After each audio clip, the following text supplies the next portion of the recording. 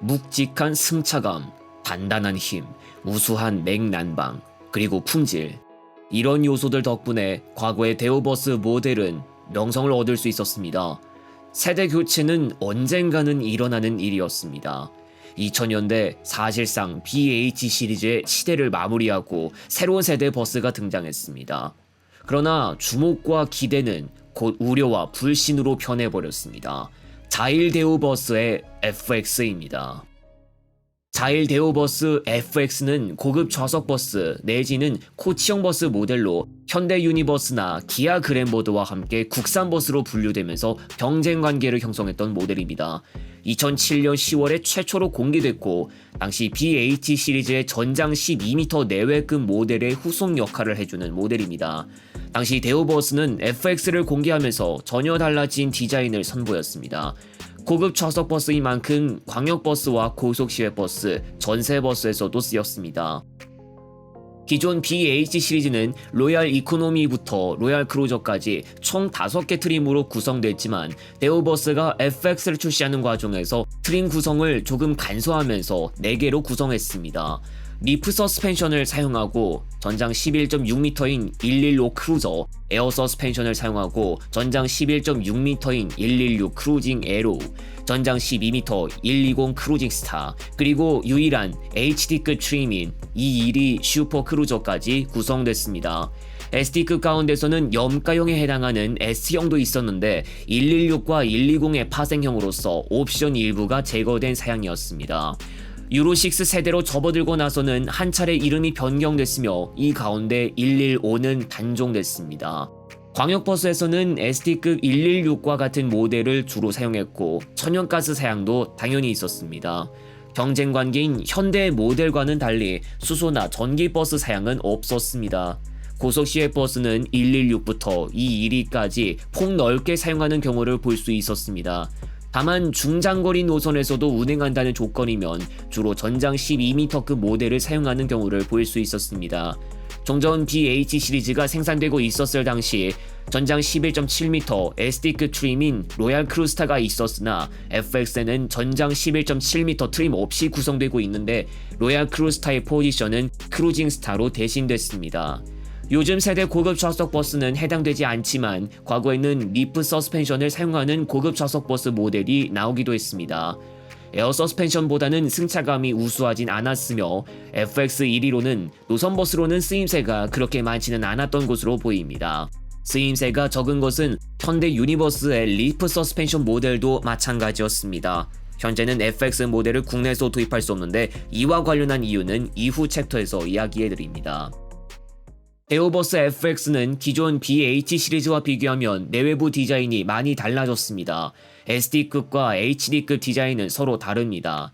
먼저 전면부는 횡축 형태 헤드라이트 디자인에 바로 그 위쪽에 방향지시 등, 천장에는 스포일러가 일체형으로 이어진 형태였습니다. SD급은 헤드라이트가 크롬 베젤인지 아닌지 여부에 따라 120인지 혹은 그보다 아래 트림인지를 구별할 수도 있었습니다.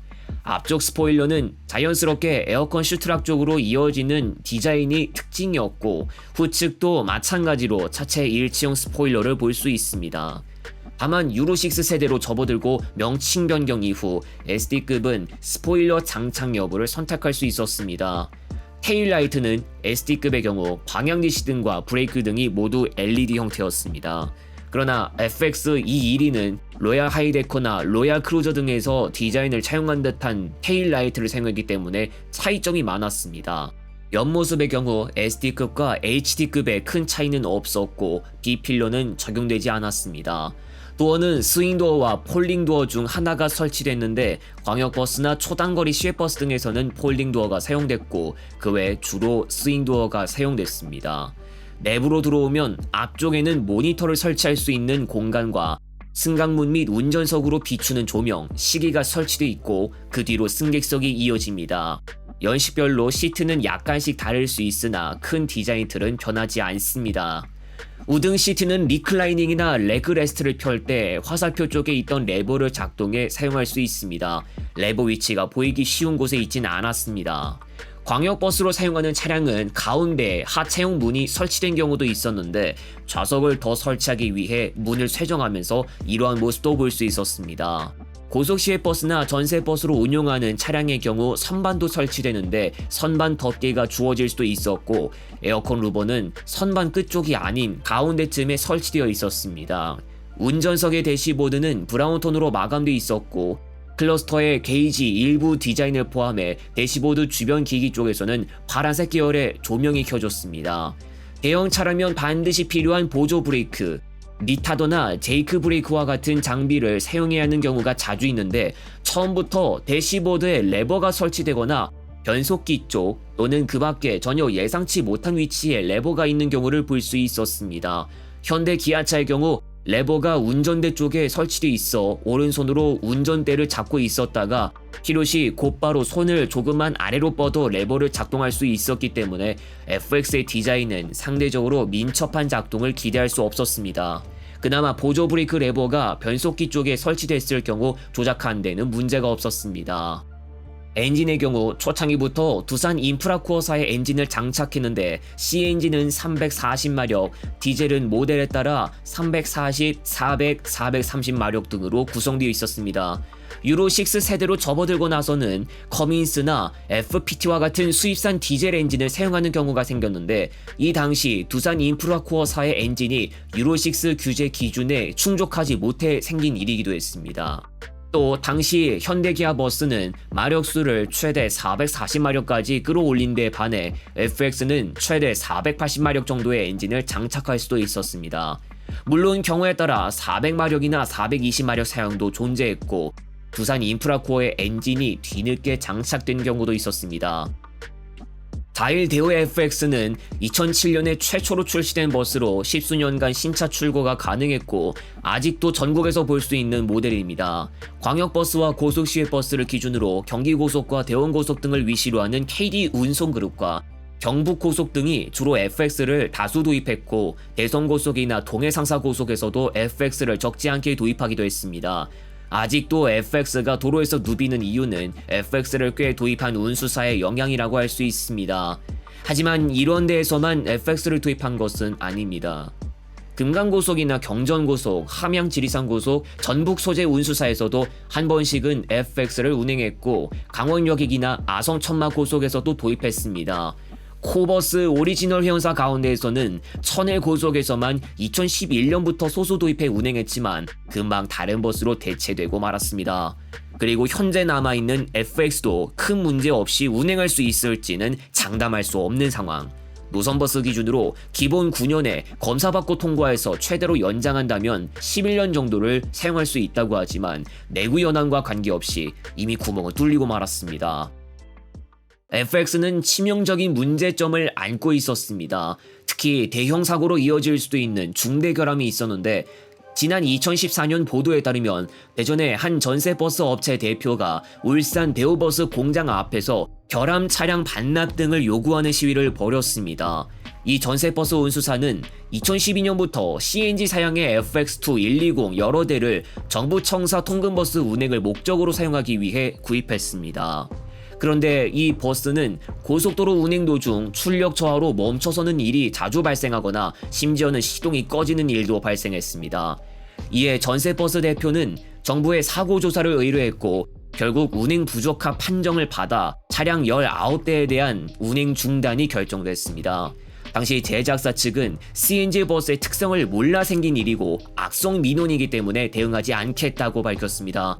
정부가 결함 조사에 나섰지만 1년 넘게 결론이 도출되지 못하고 추가 조사도 벌였습니다. 2015년 11월에는 전세버스 운수사가 사비를 들여 결함 조사를 위한 장비를 구입해 실험했고 그 결과를 교통안전공단에 제출하기도 했습니다. 차량 무게에서도 큰 문제점이 발견됐습니다. 앞축과 뒤축 무게를 측정한 결과 출고 당시 기준보다 크게 차이가 나는 경우가 나타났고 축하중이 10톤을 초과하는 경우도 발생했습니다. 이로 인해 브레이크와 드럼 온도가 상승하면서 제동거리가 길어지거나 브레이크 파열이 발생할 가능성도 높아지기 때문에 큰 사고로 이어질 수도 있었던 상태. 결국 대우버스 측은 결함을 인정하고 문제가 발생한 차량들을 리콜하기로 했습니다. 이외에도 FX를 포함한 대우버스 모델 자체는 잔고장이나 부식, 제동 능력 부족 등이 제기됐습니다.